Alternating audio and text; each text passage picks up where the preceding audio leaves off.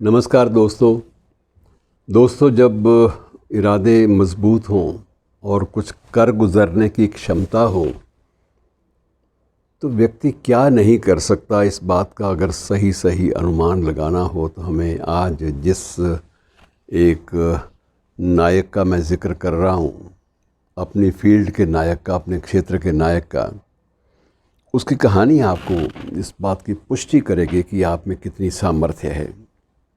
अब ये बात अलग है कि आप उस सामर्थ्य का सदुपयोग करते हैं, उस दिशा को सही ढंग से पकड़ते हैं, नहीं पकड़ पाते, ये सब कुछ आप पर मुनस्सर है, डिपेंड करता है। और लेकिन ये ज़रूर है, इस बात की पुष्टि इस नायक की ज़िंदगी करती है कि व्यक्ति चाहे और संकल्प मजबूत हों और दिशा तय हो तो व्यक्ति कुछ भी कर सकता है। ये कहानी मित्रों एक ऐसे शख्स की है जिसका जन्म वर्तमान पाकिस्तान और पहले पूरा देश भारत, उसमें ज़िला झेलम के एक छोटे से गांव, नाम भौना, नाम भी गांव का कुछ ऐसा, उसी गांव में जन्म हुआ। और इत्तफाकन संयोग या दुर्योग देखिए, दैवयोग देखिए, कुछ भी कह लें आप इसे, कि अभी उम्र 6 महीने की थी कि बाप का साया उठ गया और बाप ही सिर्फ घर में रोटी रोज़ी कमाने वाला था। जो कुछ उसने अपनी ज़िंदगी में बाप ने थोड़ा बहुत चार पैसे बचा के रखे थे, उनसे घर का गुजारा रोटी रोज़ी का चलने लगा। इसके अलावा रोटी का चलने लगा, रोज़ी तो नहीं चल पाती थी, क्योंकि ये अभी बच्चे ने जवान होना है, कब जवान होगा और कब कुछ वो बरसरे रोज़गार होगा, कब कुछ कमाना शुरू करेगा। बहरहाल माँ ने बड़े मुश्किल हालात में, बड़े विपरीत हालात में इसको पाला पोसा और कोशिश ये की कि बच्चा कुछ पढ़ लिख जाए तो शायद आगे बढ़ जाए। और इसी लक्ष्य के साथ, इसी मकसद के साथ माँ ने मेहनत भी की और कई बार कुछ एक अवसरों पर दूसरों के घरों में काम भी किया, लेकिन सम्मान से, क्योंकि वो जानती थी कि जो परिवार है उसका, उस परिवार की परंपराएं ऐसी नहीं है कि घरों में जाकर काम किया जाए। तो जहाँ करती भी थी, लुक छिप के करती थी। और उसने बच्चे को इंटर तक पढ़ा दिया। उन दिनों में इंटर FA, जिसे आज पार्ट 1 कहते हैं, तो पार्ट 1 उस वक्त की FA, faculty of arts, FA का मतलब ये होता है। तो यूनिवर्सिटी की फैकल्टी ऑफ आर्ट्स रावलपिंडी से उसने एक छोटे से कॉलेज से उसको करा दी। उसके बाद जब ये आया इरादा कि इसको कॉलेज में आगे पढ़ाया जाए, तो घर में पैसे नहीं थे, इतने पैसे भी नहीं थे कि किसी गवर्नमेंट कॉलेज की फ़ीस भी अदा की जा सके। बेहतर लगा उस युवक को भी, जो अब जवान धीरे धीरे हो चुका था, कि बेहतर यह है कि अब टाइप सीख ली जाए। टाइप करने से कहीं ना कहीं टाइप का थोड़ा बहुत काम मिल जाएगा, या किसी वकील के पास मुंशी बन जाऊंगा, या कुछ ऐसा काम छोटा मोटा लेके नौकरी मिल जाएगी। उन दिनों में समझा जाता कि जो टाइप जानता है उसको नौकरी ज़रूर कहीं ना कहीं मिल जाती है। सो टाइपिस्ट और स्टेनोग्राफी दोनों सीखने शुरू कर दिए। और मित्रों, ज़िंदगी क्या क्या मोड़ लेती है, वहाँ आपको याद तो नहीं होगा, लेकिन मैं याद करा देता हूँ कि 1922 का वो साल था जब पूरे देश में एक प्लेग फैला और बीमारी इतनी ज़्यादा फैल गई कि इसको भी लगा कि अब यहाँ रहना मुश्किल है। तो ये वहाँ से अपनी छोटी सी गृहस्थी को साथ लेकर शिमला चला आया कि शिमला एक सेफ़ जगह है जहाँ प्लेग का ख़तरा नहीं है। तब तक इसने थोड़ा बहुत टाइप करने के माध्यम से कुछ 2-4 पैसे कमा भी लिए थे, और वहाँ इसने सोचा कि शिमला जाके कोई नौकरी छोटी मोटी कर लूँगा। लेकिन ये प्लेग से बचना बहुत ज़रूरी है, क्योंकि उस सारे इलाके में प्लेग फैला हुआ था, महामारी का वक्त था। और ये वहाँ चला आया शिमला आकर इसने मित्रों एक होटल में इसको जॉब मिली, एक नौकरी, बड़ी मुश्किल से असिस्टेंट मैनेजर की पोस्ट मिली, वो भी इसकी टाइप और इसकी शॉर्ट हैंड को देखते हुए और ईमानदारी और थोड़ा सा ठीक ठाक रख रखाव शरीर का, उसको देखते हुए वहाँ के एक होटल में नौकरी मिल गई। वेतन घंटे तय नहीं, लेकिन जब तक होटल का काम चलता है तुम्हें यहीं पर रहना पड़ेगा, ये सुना दिया मालिकों ने। और 50 रुपये मासिक का उसको वेतन देना शुरू कर दिया। उन दिनों 50 रुपए से घर चल जाता था, छोटा मोटा गरीब गुजारा जिसे आप कहते हैं वो हो जाता था।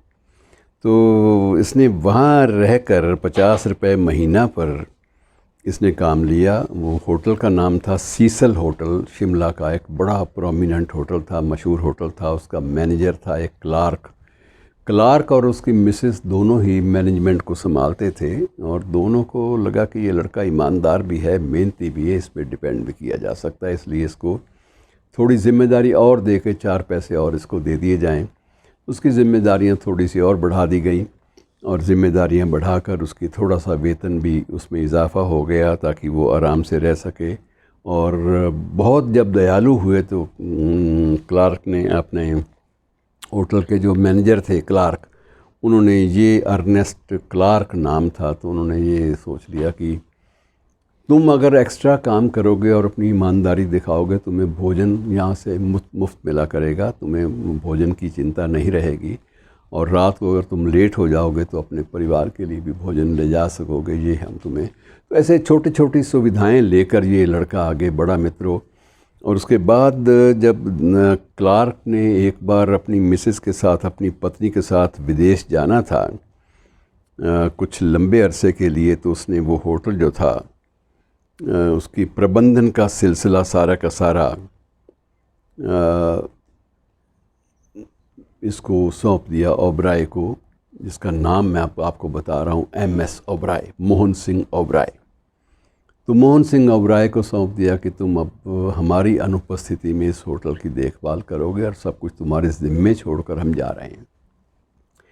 कुछ वर्षों बाद लौटे तो उनको ये पता चला कि इसने तो कमाल ही कर दिया लड़के ने, कि इसने अपनी मेहनत और अपनी ऑक्यूपेंसी का रेट बढ़ाते हुए होटल में ग्राहकों को ज़्यादा, पर्यटकों को ज़्यादा आकर्षित करते हुए इसने एकदम से जो आय है वो कई गुना बढ़ा दिए। और जो आय बढ़ी उसको बड़ी ईमानदारी से हमारे खातों में या तो जमा कराया या सेफ रख लिया। और जब ये दोनों पहुँचे दंपति वहाँ, क्लार्क और उसकी पत्नी, तो वो दंग रह गए और उन्होंने देखा कि हर चीज़ का हिसाब जो है वो पड़ा है, क्या खर्च हुआ और क्या बचा, और जो बचा वो कहाँ जमा हुआ। तो उसने एक एक पैसे का हिसाब इनको दिया और बड़े वो खुश हुए। आखिर में मित्रों ये लंबी कहानी है दास्तान, क्योंकि दास्तान यहीं ख़त्म नहीं हो जाती, लेकिन उनको इतना भरोसा हो गया कि उन्होंने जब देश छोड़ने का मन बना लिया तो उन्होंने सारा होटल ही इसको दे दिया कि तुम धीरे धीरे पैसे दे देना, तुम्हारे पास पैसे तो नहीं हैं, हम तुम्हारे हालात जानते हैं, लेकिन तुम धीरे धीरे चुका देना, पर ये होटल आज से हम तुम्हें पूरी तरह सौंप के जा रहे हैं। और उस एक होटल से शुरू हुई ज़िंदगी, जिसका नाम पहले बीच में कार्ल्टन होटल हो गया था, बाद में क्लार्क होटल भी बन गया। इसने जब वो होटल का कंप्लीट चार्ज लिया एक ऑफिशिएटिंग मालिक के रूप में, इसने चाहता तो ये बाद में नाम बदल सकता था, उन्होंने इसको दी थी सुविधा कि तुम चाहो तो नाम बदल सकते हो, लेकिन इसने नाम नहीं बदला और क्लार्क के नाम पर ही होटल का नामकरण किया और उस होटल को चलाना शुरू किया। और धीरे धीरे धीरे धीरे मित्रों अब स्थिति ये है, इसके पास 12,000 से भी ज़्यादा कर्मचारी हैं इसके होटलों की चेन में, और 30 5 सितारा होटल, उन सब का मालिक। और आगरा में जो सबसे ज़्यादा जो आकर्षण का बिंदु है, जो एशिया पैसिफिक के 10 होटलों में एक माना जाता है, उस होटल लयर की एक मैगज़ीन भी निकाली और उस होटल का ये मालिक भी बन गया। और इस शख्स ने अपनी एक ऐसी श्रृंखला खड़ी कर दी, एक मामूली परिवार से उठा हुआ बंदा जिसके पास रोज़गार नहीं है, उसने अपनी मेहनत, मशक्क़त, ईमानदारी और ज़्यादा समर्पण भाव से की गई सेवा के बदले में ये फल पाया कि वो विश्व का सबसे बड़ा होटल मालिक बन गया। और MS ओबराय, नाम मोहन सिंह ओबराय, और मोहन सिंह ओबराय ने सिर्फ ये नहीं कि वो होटलों तक की ज़िंदगी सीमित कर ली, उसको पता चला कि राजनीतिक प्रभाव भी बड़ा होता है। वह 2 बार राज्यसभा के लिए चुना गया मित्रों, 12 वर्ष तक राज्यसभा का सदस्य वो रहा। बीच में एक बार लोकसभा का चुनाव भी उसने लड़ा निर्दलीय रूप से, और उसमें भी वो जीत गया, और उसके बाद लोकसभा का मेंबर भी रहा, सदस्य रहा। और जो सत्ताधारी दल था उन दिनों में उन्होंने इसको पेशकश भी की कि तुम विधिवत अगर हमारी पार्टी ज्वाइन कर लेते हो तो हम तुम्हें मंत्री भी बना सकते हैं। पर इसको मंत्री पद नहीं चाहिए था, क्योंकि ये अपने काम से, मूल कार्य से, मूल कर्म से ये विमुख नहीं होना चाहता था। और मित्रों, ये MS ओबराय 101 वर्ष की उम्र में इसने आखिरी सांस ली। 101 वर्ष की उम्र में आखिरी सांस तो इसने अपनी जो ऑटोबायोग्राफी लिखी थी, आत्मकथा लिखी थी, उसमें इसने स्वीकार किया कि मेरा जन्म जो है वो 1900 में हुआ था। लेकिन वास्तविक रूप से जो इसके जो नज़दीक के लोग थे जिन्होंने इसकी पूरी ज़िंदगी का सोपान देखा था, उनके मुताबिक इसका जन्म 1898 में हुआ था। और इसने जानबूझकर 2 वर्ष जो है वो फ़र्क डालकर अपनी आत्मकथा में इसने वो 1900 का साल भरा, जन्म का साल, क्योंकि ये नहीं चाहता था कि इसको पिछली सदी का माना जाए। इसके मन में ये था कि मैं जो नई सदी है इसमें मैं जाना जाऊं, मैं इसमें पैदा हुआ और इसी में मैं आगे बढ़ूंगा। लेकिन ये सदी भी पूरी उसने जी और 101 वर्ष की उम्र में उसने आखिरी सांस ली। उसके मुताबिक वैसे 103 वर्ष का वो हो चुका था। तो मित्रों, ये टोटल कहानी ये सिद्ध करती है। उसका होटल एक चंडीगढ़ में भी है, दिल्ली में ओबराय कॉन्टिनेंटल आप जानते ही हैं, बॉम्बे में तो है ही। विश्व के हर बड़े महानगर में उस व्यक्ति की संपत्ति और उसका परिवार सारा का सारा उस संपत्ति पर काबिज़ है। और वो सब ने अपना अपना विकास किया और सभी अपने अपनी ज़िंदगी में अपने इस बुज़ुर्ग से नसीहत लेकर इसकी ज़िंदगी का जो सफ़र है उससे बहुत सबक लेते हुए उन लोगों ने भी कर्मठता दिखाई। तो मित्रों, ये MS ओबराय ने सिद्ध किया कि व्यक्ति जब संकल्प कर ले तो आदमी कुछ भी कर सकता है, चाहे उसकी शुरुआत कैसे भी हो, पृष्ठभूमि कैसे भी हो। शुक्रिया दोस्तों।